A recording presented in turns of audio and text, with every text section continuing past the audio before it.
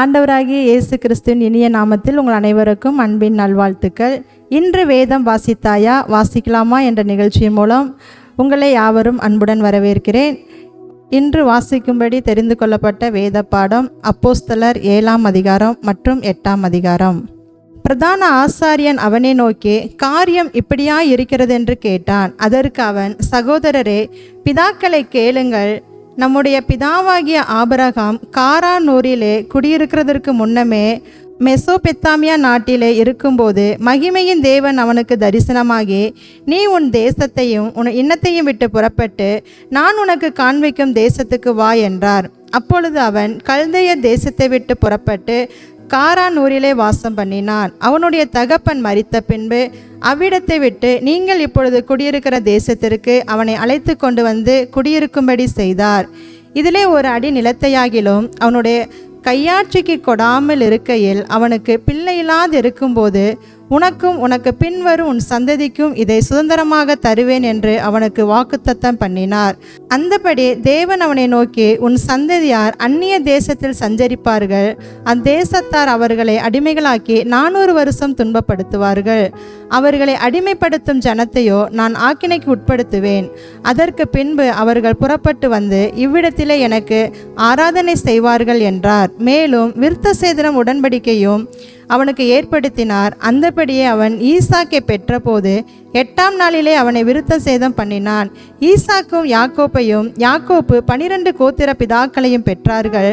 அந்த கோத்திர பிதாக்கள் பொறாமை கொண்டு யோசேப்பை எகிப்துக்கு கொண்டு போகும்படியாக விற்று போட்டார்கள். தேவனோ அவனோடு கூட இருந்து எல்லா உபத்திரவங்களிலிருந்தும் அவனை விடுவித்து எகிப்தின் ராஜாவாகிய பார்வோன் சமூகத்திலே அவனுக்கு கிருபையும் ஞானத்தையும் அருளினார். அந்த ராஜா அவனை எகிப்து தேசத்திற்கு தன் வீட்டு அனைத்திற்கும் அதிகாரியாக ஏற்படுத்தினான். பின்பு எகிப்து கானான் என்னும் தேசங்களிலெங்கும் பஞ்சமும் மிகுந்த வருத்தமும் உண்டாகி நம்முடைய பிதாக்களுக்கு ஆகாரம் கிடையாமற் போயிற்று. அப்பொழுது எகிப்திலே தானியம் உண்டென்று யாக்கோபு கேள்விப்பட்டு நம்முடைய பிதாக்களை 1ஆம் தரம் அனுப்பினான். 2ஆம் தரம் யோசேப்பு தன்னுடைய சகோதரருக்கு தன்னை தெரியப்படுத்தினான். யோசேப்புடைய வம்சமும் பார்வோனுக்கு தெரிய வந்தது. பின்பு யோசேப்பு தன்னுடைய தகப்பன் யாக்கோபும் தன்னுடைய இனத்தார் யாவரும் ஆகிய 75 பேரை அழைக்க அனுப்பினான். அந்தப்படி யாக்கோப்பு எகிப்துக்கு போனான். அவனும் நம்முடைய பிதாக்களும் மரித்து அங்கே இருந்து சீகேமுக்கு கொண்டு வரப்பட்டு ஆபிரகாம் சீகேமின் தகப்பனாகிய எமோருடைய சந்ததியாரிடத்தில் ரொக்க கிரயத்துக்கு வாங்கியிருந்த கல்லறையில் வைக்கப்பட்டார்கள். ஆபிரகாமுக்கு தேவன் ஆணையிட்டு அருளின வாக்குத்தத்தம் நிறைவேறும் காலம் சமீபித்த போது யோசேப்பை அறியாத வேறொரு ராஜா தோன்றின காலம் அளவும் ஜனங்கள் எகிப்திலே பழுகி பெருகினார்கள். அவன் நம்முடைய ஜனங்களை வஞ்சனையாய் நடப்பித்து நம்முடைய பிதாக்களின் குழந்தைகள் உயிரோடு இராதபடிக்கு அவர்கள் அவைகளை வெளியே போட்டுவிடும்படி செய்து அவர்களை உபத்திரப்படுத்தினான். அக்காலத்திலே மோசே பிறந்து திவ்ய சௌந்தரமுள்ளவனாய் இருந்து 3 மாதம் அளவும் தன் தகப்பன் வீட்டிலே வளர்க்கப்பட்டான். அவன் வெளியே போட்டு விடப்பட்ட போது பார்வோனுடைய குமாரத்தி அவனை எடுத்து தனக்கு பிள்ளையாக வளர்த்தாள். மோசே எகிப்தினுடைய சகல சாஸ்திரிகளிலும் கற்பிக்கப்பட்டு வாக்கிலும் செய்கைகளிலும் வல்லவனானான். அவனுக்கு 40 வயதான போது இஸ்ரவேல் புத்திரராகிய தன்னுடைய சகோதரரை கண்டு சந்திக்கும்படி அவனுடைய இருதயத்தில் எண்ணம் உண்டாயிற்று. அப்பொழுது அவர்களில் ஒருவன் அநியாயமாய் நடத்தப்படுகிறதை அவன் கண்டு அவனுக்கு துணை நின்று எகிப்தியனை வெட்டி துன்பப்பட்டவனுக்கு நியாயம் செய்தான். தன்னுடைய கையினால் தேவன் தங்களுக்கு ரட்சிப்பை தருவார் என்பதை தன்னுடைய சகோதரர் அறிந்து கொள்வார்கள் என்று அவன் நினைத்தான். அவர்களோ அதை அறியவில்லை. மறுநாளிலே சண்டை பண்ணி கொண்டிருக்கிற 2 பேருக்கு அவன் எதிர்பட்டு, மனுஷரே, நீங்கள் சகோதரராய் இருக்கிறீர்கள், ஒருவருக்கொருவர் அநியாயம் செய்கிறதென்ன என்று அவர்களை சமாதானப்படுத்தும்படி பேசினான். பிறனுக்கு அநியாயம் செய்தவன் அவனை பிடித்து தள்ளி, எங்கள் மேல் அதிகாரியாகவும் நியாயாதிபதியாகவும் உன்னை ஏற்படுத்தினவன் யார்?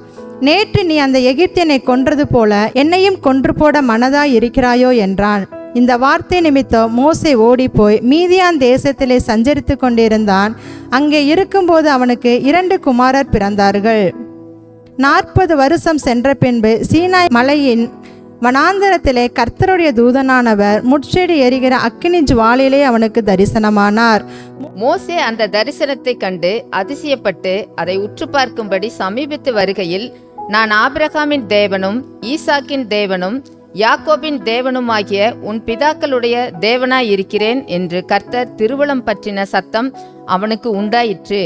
அப்பொழுது மோசே நடுக்கமடைந்து உற்று பார்க்க துணியாமல் இருந்தான். பின்னும் கர்த்தர் அவனை நோக்கி, உன் பாதங்களில் இருக்கிற பாதரட்சைகளை கலற்றி போடு, நீ நிற்கிற இடம் பரிசுத்த பூமியாய் இருக்கிறது. எகிப்தில் இருக்கிற என் ஜனத்தின் உபத்திரவத்தை நான் பார்க்கவே பார்த்து அவர்கள் பெருமூச்சை கேட்டு அவர்களை விடுவிக்கும்படி இறங்கினேன். ஆகையால் நீ வா, நான் உன்னை எகிப்திற்கு அனுப்புவேன் என்றார். உன்னை அதிகாரியாகவும் நியாயாதிபதியாகவும் ஏற்படுத்தினவன் யார் என்று சொல்லி அவர்கள் மறுதலித்திருந்த இந்த மோசேயைத்தானே தேவன் முட்செடியில் அவனுக்கு தரிசனமான தூதனாலே தலைவனாகவும் மீட்பனாகவும் அனுப்பினார். இவனே அவர்களை அங்கே இருந்து அழைத்து கொண்டு வந்து எகிப்து தேசத்திலேயும் சிவந்த சமுத்திரத்திலேயும் 40 வருஷ காலமாய் வனாந்தரத்திலேயும் அற்புதங்களையும் அடையாளங்களையும் செய்தான். இஸ்ரவேல் புத்திரரை நோக்கி, உங்கள் தேவனாகிய கர்த்தர் உங்கள் சகோதரரிலிருந்து என்னைப் போல ஒரு தீர்க்கதரிசியை உங்களுக்காக எழும்ப பண்ணுவார், அவருக்கு செவி கொடுப்பீர்களாக என்று சொன்னவன் இந்த மோசேயே.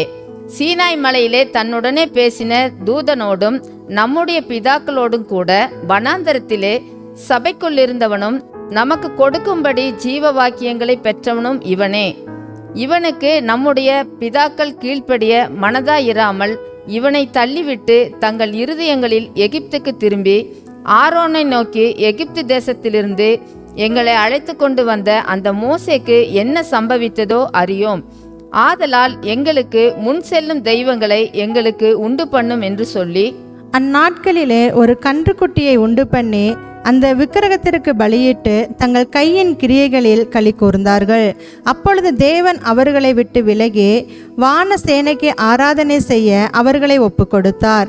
அதை குறித்து இஸ்ரவேல் வம்சத்தாரே, நீங்கள் வனாந்திரத்தில் இருந்த 40 வருஷம் வரையில் காணிக்கைகளையும் பலிகளையும் எனக்கு செலுத்தினீர்களோ என்றும், பணிந்து கொள்ளும்படி நீங்கள் உண்டாக்கின சொரூபங்களாகிய மோலோகினுடைய கூடாரத்தையும் உங்கள் தேவனுடைய ரம்பான் என்னும் நட்சத்திர சொரூபத்தையும் சுமந்தீர்களே. ஆகையால் உங்களை பாபிலோனுக்கு அப்புறத்திலே குடிபோக பண்ணுவேன் என்றும் தீர்க்கதரிசிகளின் புஸ்தகத்தில் எழுதியிருக்கிறதே. மேலும் நீ பார்த்த மாதிரியின்படியே சாட்சியின் கூடாரத்தை உண்டு பண்ணுவாயாக என்று மோசையுடனே பேசினவர் கட்டளையிட்ட பிரகாரமாக அந்த கூடாரம் வனாந்தரத்திலே தம்முடைய பிதாக்களோடு இருந்தது. மேலும் யோசுவாவுடனே கூட நம்முடைய பிதாக்கள் அதை பெற்றுக்கொண்டு தேவன் அவர்களுக்கு முன்பாக துரத்திவிட்ட புறஜாதிகளுடைய தேசத்தை அவர்கள் கட்டிக்கொள்கையில் அதை அந்த தேசத்திலே கொண்டு வந்து தாவீதின் நாள் வரைக்கும் வைத்திருந்தார்கள். இவன் தேவனிடத்தில் தயவு பெற்றபடியினால் யாக்கோபின் தேவனுக்கு ஒரு வாசஸ்தலத்தை தான் கட்ட வேண்டும் என்று விண்ணப்பம் பண்ணினான். சாலமோனோ அவனுக்கு ஆலயத்தை கட்டினான். ஆகிலும் உன்னதமானவர் கையினால் செய்யப்பட்ட ஆலயங்களில் வாசமாயிரார். வானம் எனக்கு சிங்காசனமும் பூமி எனக்கு பாதப்படியுமாயிருக்கிறது. எனக்காக நீங்கள் எப்படிப்பட்ட வீட்டை கட்டுவீர்கள்? நான் தங்கியிருக்கத்தக்க ஸ்தலம் எது? இவைகள் எல்லாவற்றையும் என்னுடைய கரம் உண்டாக்கவில்லையா என்று கர்த்தர் உரைக்கிறார் என்று தீர்க்கதரிசி சொல்லியிருக்கிறானே. வணங்கா கழுத்துள்ளவர்களே, இருதயத்திலும் செவிகளிலும் விருத்த சேதனம் பெறாதவர்களே, உங்கள் பிதாக்களைப் போல நீங்களும் பரிசுத்த ஆவிக்கு எப்பொழுதும் எதிர்த்து நிற்கிறீர்கள். தீர்க்கதரிசிகளில் யாரை உங்கள் பிதாக்கள் துன்பப்படுத்தாமல் இருந்தார்கள்? நீதிபரருடைய வருகையை முன்னறித்தவர்களையும் அவர்கள் கொலை செய்தார்கள். இப்பொழுது நீங்கள் அவருக்கு துரோகிகளும் அவரை கொலை செய்த பாதகருமாய் இருக்கிறீர்கள். தேவதூதரை கொண்டு நீங்கள் நியாயப்பிரமாணத்தை பெற்றிருந்தும் அதை கை கொள்ளாமற் போனீர்கள் என்றான். இவைகளை அவர்கள் கேட்டபொழுது மூர்க்கமடைந்து அவனை பார்த்து பல்லை கடித்தார்கள். அவன் பரிசுத்த ஆவியினாலே நிறைந்தவனாய் வானத்தை அண்ணாந்து பார்த்து தேவனுடைய மகிமையையும் தேவனுடைய வலது பாரிசத்தில் இயேசுவானவர் நிற்கிறதையும் கண்டு, அதோ வானங்கள் திறந்திருக்கிறதையும் மனுஷகுமாரன் தேவனுடைய வலது பாரிசத்தில் நிற்கிறதையும் காண்கிறேன் என்றான். அப்பொழுது அவர்கள் உரத்த சத்தமாய் கூக்குரலிட்டு தங்கள் காதுகளை அடைத்து கொண்டு ஒருமனப்பட்டு அவன் மேல் பாய்ந்து அவனை நகரத்துக்கு புறம்பே தள்ளி அவனை கல்லெறிந்தார்கள். சாட்சிக்காரர் தங்கள் வஸ்திரங்களை கலற்றி சவுல் எண்ணப்பட்ட ஒரு வாலிபனுடைய பாதத்தின் அருகே வைத்தார்கள். அப்பொழுது கர்த்தராகிய இயேசுவே, என் ஆவியை ஏற்றுக்கொள்ளும் என்று ஸ்தேவான் தொழுது கொள்ளுகையில் அவனை கல்லெறிந்தார்கள். அவனோ முழங்காற்படியிட்டு, ஆண்டவரே, இவர்கள் மேல் இந்த பாவத்தை சுமத்தாதிரும் என்று மிகுந்த சத்தமிட்டு சொன்னான். இப்படி சொல்லி நித்திரையடைந்தான். 8ஆம் அதிகாரம். அவனை கொலை செய்வதற்கு சவுலும் சம்மதித்திருந்தான். அக்காலத்திலே எருசலேமில் உள்ள சபைக்கு மிகுந்த துன்பம் உண்டாயிற்று. அப்போஸ்தலர் தவிர மற்ற யாவரும் யூதேயா சமாரியா தேசங்களில் சிதறப்பட்டு போனார்கள். தேவ பக்தியுள்ள மனுஷன் ஸ்தேவானை எடுத்து அடக்கம் பண்ணி அவனுக்காக மிகவும் துக்கம் கொண்டாடினார்கள். சவுல் வீடுகள் தோறும் நுழைந்து புருஷரையும் ஸ்திரீகளையும் இழுத்து கொண்டு போய் காவலில் போட்டுவித்து சபையை பாழாக்கி கொண்டிருந்தான்.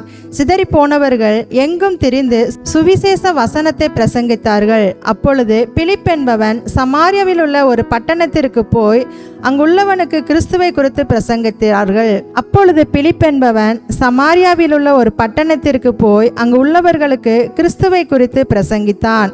பிலிப்பு செய்த அதிசயங்களை ஜனங்கள் கேள்விப்பட்டு கண்டு அவனால் சொல்லப்பட்டவைகள் ஒருமனப்பட்டு கவனித்தார்கள். அநேகரில் இருந்த அசுத்த ஆவிகள் மிகுந்த சத்தத்தோടെ கூப்பிட்டு அவர்களை விட்டு புறப்பட்டு அநேக திமிர்வாதக்காரரும் சப்பானிகளும் குணமாக்கப்பட்டார்கள். அந்த பட்டணத்திலே மிகுந்த சந்தோஷம் உண்டாயிற்று.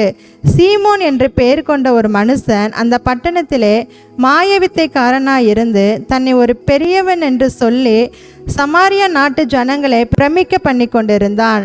தேவனுடைய பிரதான சக்தி இவன்தான் என்று எண்ணி சிறியோர் பெரியோர் யாவரும் அவனுக்கு செவி கொடுத்து வந்தார்கள். அவன் அநேக காலமாய் தன்னுடைய மாய வித்தைகளினாலே அவர்களை பிரமிக்க பண்ணினதினால் அவனை மதித்து வந்தார்கள். தேவனுடைய ராஜ்யத்துக்கும் இயேசு கிறிஸ்துனுடைய நாமத்துக்கும் ஏற்றவைகளை குறித்து பிலிப்பு பிரசங்கித்ததை அவர்கள் விசுவாசித்த போது புருஷரும் ஸ்திரீகளும் ஞானஸ்தானம் பெற்றார்கள். அப்பொழுது சீமோனும் விசுவாசித்து ஞானஸ்தானம் பெற்று பிலிப்பை பற்றி கொண்டு அவனால் நடந்த அடையாளங்களையும் பெரிய அற்புதங்களையும் கண்டு பிரமித்தான். சமாரியர் தேவ வசனத்தை ஏற்றுக்கொண்டதை எருசலேமில் உள்ள அப்போஸ்தலர்கள் கேள்விப்பட்டு பேதுருவையும் யோவானையும் அவர்களிடத்திற்கு அனுப்பினார்கள். இவர்கள் வந்தபொழுது அவர்களில் ஒருவனும் பரிசுத்த ஆவியை பெறாமல் கர்த்தராகிய இயேசுவின் நாமத்தினாலே ஞானஸ்நானத்தை மாத்திரம் பெற்றிருந்தவர்களாக கண்டு அவர்கள் பரிசுத்த ஆவியை பெற்றுக்கொள்ளும்படி அவர்களுக்காக ஜெபம் பண்ணி அவர்கள் மேல் கைகளை வைத்தார்கள். அப்பொழுது அவர்கள் பரிசுத்த ஆவியை பெற்றார்கள். அப்போஸ்தலர் தங்கள் கைகளை அவர்கள் மேல் வைத்ததினால் பரிசுத்த ஆவி தந்தரப்படுகிறதை சீமோன் கண்டபோது அவர்களிடத்தில் பணத்தை கொண்டு வந்து, நான் எவன் மேல் என் கைகளை வைக்கிறேனோ அவன் பரிசுத்த ஆவியை பெறத்தக்கதாக எனக்கும் இந்த அதிகாரத்தை கொடுக்க வேண்டும் என்றான். பேதுரு அவனை நோக்கி, தேவனுடைய வரத்தை பணத்தினாலே சம்பாதித்து கொள்ளலாம் என்று நீ நினைத்தபடியால் உன் பணம் உன்னோடே கூட நாசமாய் போக கடவது. உன் இருதயம் தேவனுக்கு முன்பாக செம்மையாய் இராதபடியால் இந்த விஷயத்தில் உனக்கு பங்கும் இல்லை பாகமும் இல்லை. ஆகையால் நீ உன் துர்க்குணத்தை விட்டு மனந்திரும்பி தேவனை நோக்கி வேண்டிக்கொள். ஒருவேளை உன் இருதயத்தின் எண்ணம் உனக்கு மன்னிக்கப்படலாம். நீ கசப்பான பிச்சிலும் பாவக்கட்டிலும் அகப்பட்டிருக்கிறதாக காண்கிறேன் என்றான். அதற்கு சீமோன், நீங்கள் சொன்ன காரியங்களில் ஒன்றும் எனக்கு நேரிடாதபடிக்கு எனக்காக கர்த்தரை வேண்டிக் கொள்ளுங்கள் என்றான். இவ்விதமாக அவர்கள் கர்த்தருடைய வசனத்தை சாட்சியாய் அறிவித்து சொன்ன பின்பு சமாரியாவருடைய அநேக கிராமங்களில் சுவிசேஷத்தை பிரசங்கித்து எருசலேமுக்கு திரும்பி வந்தார்கள். பின்பு கர்த்தருடைய தூதன் பிலிப்பை நோக்கி, நீ எழுந்து தெற்கு முகமாய் எருசலேமிலிருந்து காசா பட்டணத்துக்கு போகிற வனாந்தர மார்க்கமாய் போ என்றான். அந்தபடி அவன் எழுந்து போனான். அப்பொழுது எத்தியோப்பியருடைய ராஜஸ்திரியாகிய கந்தாகை என்பவளுக்கு மந்திரியும் அவளுடைய பொக்கிஷம் எல்லாவற்றிற்கும் தலைவனுமாயிருந்த எத்தியோப்பியனாகிய ஒருவன் பணிந்து கொள்ளும்படி எருசலேமுக்கு வந்திருந்து ஊருக்கு திரும்பி போகும்போது தன் ரதத்தில் உட்கார்ந்து ஏசாயா தீர்க்கதரிசியின் ஆகமத்தை வாசித்து கொண்டிருந்தான். ஆவியானவர், நீ போய் அந்த ரதத்துடனே சேர்த்துக்கொள் என்று பிலிப்புடனே சொன்னான். அப்பொழுது பிலிப்பு ஓடி போய் சேர்ந்து அவன் ஏசாயா தீர்க்கதரிசியின் ஆகமத்தை வாசிக்கிறதை கேட்டு, நீர் வாசிக்கிறவைகளின் கருத்து உமக்கு தெரியுமா என்றான். அதற்கு அவன், ஒருவன் எனக்கு தெரிவிக்காவிட்டால் அது எனக்கு எப்படி தெரியும் என்று சொல்லி பிலிப்பு ஏறி தன்னோடே உட்காரும்படி அவனை வேண்டிக் கொண்டான். அவன் வாசித்த வேத வாக்கியம் என்னவென்றால், அவர் ஒரு ஆட்டைப் போல அடிக்கப்படுவதற்கு கொண்டு போகப்பட்டார். மயிர் கத்திருக்கிறவனுக்கு முன்பாக சத்தமிடாதிருக்கிற ஆட்டுக்குட்டியைப் போல அவர் தமது வாயை திறவாதிருந்தார். அவர் தம்மை தாழ்த்தின போது அவருடைய நியாயம் எடுத்து போடப்பட்டது. அவருடைய ஜீவன் பூமியிலிருந்து எடுபட்டு போயிற்று. அவருடைய வம்சத்தை யாராலே சொல்லி முடியும் என்பதே. மந்திரி பிலிப்புவை நோக்கி, தீர்க்கதரிசி யாரை குறித்து இதை சொல்லுகிறார்? தம்மை குறித்தோ வேறொருவரை குறித்தோ எனக்கு சொல்ல வேண்டும் என்று கேட்டுக்கொண்டான். அப்பொழுது பிலிப்பு பேசத் தொடங்கி இந்த வேத வாக்கியத்தை முன்னிட்டு இயேசுவை குறித்து அவனுக்கு பிரசங்கித்தான்.